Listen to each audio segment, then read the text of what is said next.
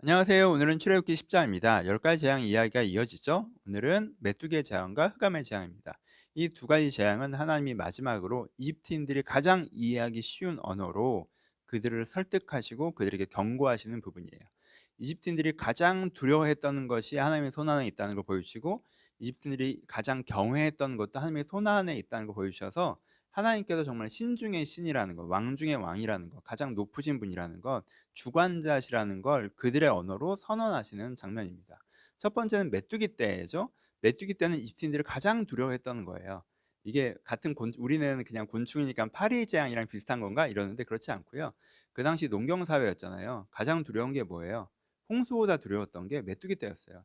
지금도 아프리카나 인도에서 엄청난 양의 메뚜기들이 갑자기 만들어져서 그 대륙을 초토화시킬 때가 있어요. 유튜브 같은 거 찾아보시면 관련자를 보실 수 있을 거예요. 그러니까 그런 것들을 고대 사회 이집트인들도 겪었단 말이에요. 가장 두려운 거예요.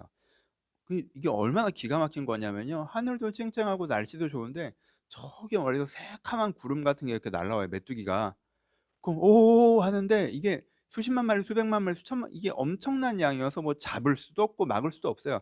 그 새카만 메뚜기떼가 날라와서요, 歘 이렇게 농작물 위에 앉아서 다 먹어 버립니다. 그러면요, 그 새카만 메뚜기에서 또 날아가요. 그러면 바로 어제까지 부유하고 1년 동안 먹을 게 다 있었는데 모든 게 사라져요. 그쵸. 아무것도 안 남아요. 이 사람들이 이런 경험이 있거든요. 그러니까 메뚜기떼가 이들이 가장 무서워하는 대상이에요. 그리고 그 메뚜기 떼 앞에서는요, 무력함, 우리가 잘난 게 아니라 아무것도 아니지라는 그 무기력함을 경험해 왔단 말이에요. 근데 하나님께서 이제까지 한 번도 없었던 정도의 엄청난 양의 메뚜기 떼를 보내셔서 초토화시켜 버립니다. 그러니까 사람들이 모세의 예언을 듣고 모세가 예언한 대로 메뚜기가 나타나서 초토화된 걸 경험했잖아요. 그럼 이집트인은 이걸 경험하면 무력감을 느낄 수밖에 없어요. 이집트인의 가장 큰 문제가 뭐였어요? 지금 자만이었죠. "내가 잘났어. 내가 내 마음대로 하겠다는 게 뭐가 문제야?"라고 하는데, 이 메뚜기 떼를 통해서 완전히 '아, 내가 무력한 존재구나. 내가 세상에서 제일 잘났고 이런 게 아니구나.'라는 걸 느끼게 해 주신다는 거죠. 그쵸. 그들이 원래 알던 언어니까. 또 하나는 뭐예요? 어둠이죠. 여러분, 이게 왜 중요합니까? 이집트는 뭘 섬기는 나라예요? 태양신을 섬기는 나라예요. 호루스의 나라란 말이에요.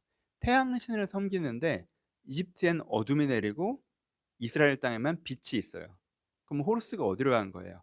이스라엘로 간 거죠. 그러면 호루스가 뭐라고 얘기하는 거예요? 파라오가 틀렸고 지금 이집트가 틀렸고 지금 이스라엘이 맞다라고 하면서, 이게 호루스가 여호와에게 복종하는, 여호와의 뜻에 동참하는, 여호와의 뜻을 섬기는 장면이란 말이에요. 태양이 누구의 뜻에 따라 움직여요? 모세, 하나님의 뜻에 따라 움직이는 모습을 보여준단 말이에요. 그러니까 이집트인의 기준에서는 이건요, 엄청난 일이죠. 지금 태양을 저 이스라엘의 신이 주관하는 거야? 호루스가 여호와의 말을 듣는 거야? 아, 이건 뭐야?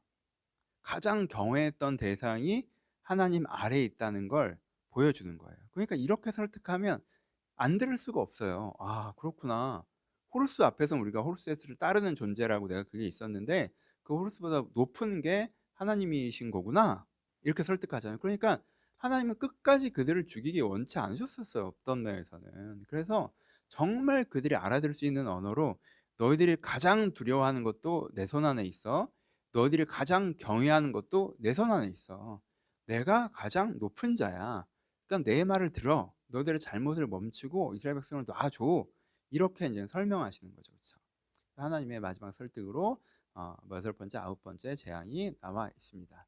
적용하죠. 근데 이걸 안 들은 바로의 입장에서 적용해 볼 수 있겠죠. 안 들은 바로의 입장에서 적용해 보면, 정말 우리가 너무 잘 알아들을 수 있는 방식으로 하나님께 나에게 설명해 주실 때조차 내 뜻과 어긋난다고 해서, 내 자존심이 상한다고 해서, 내가 공격받았다고 느꼈다고 해서 그것을 거절하고 끝까지 자존심을 세우는 것이 얼마나 위험하고 어리석은 일인지 우리가 발을 통해서 볼 수가 있습니다. 그래서 하나님께서 정말 알아듣게 나에게 얘기하실 때 그것을 감사하고 소중히 여기고 귀 기울이고 겸손하게 순종해야 됩니다. 하나님께서 내가 알아들을 수 있게 그렇게까지 설명하시는데도 그걸 거절하는 것은, 이건 굉장히 큰 무례이고 정말 위험한 행동이라는 걸 우리가 기억하고 부드러운 마음, 겸손의 마음을 꼭 가져야 될 것 같습니다.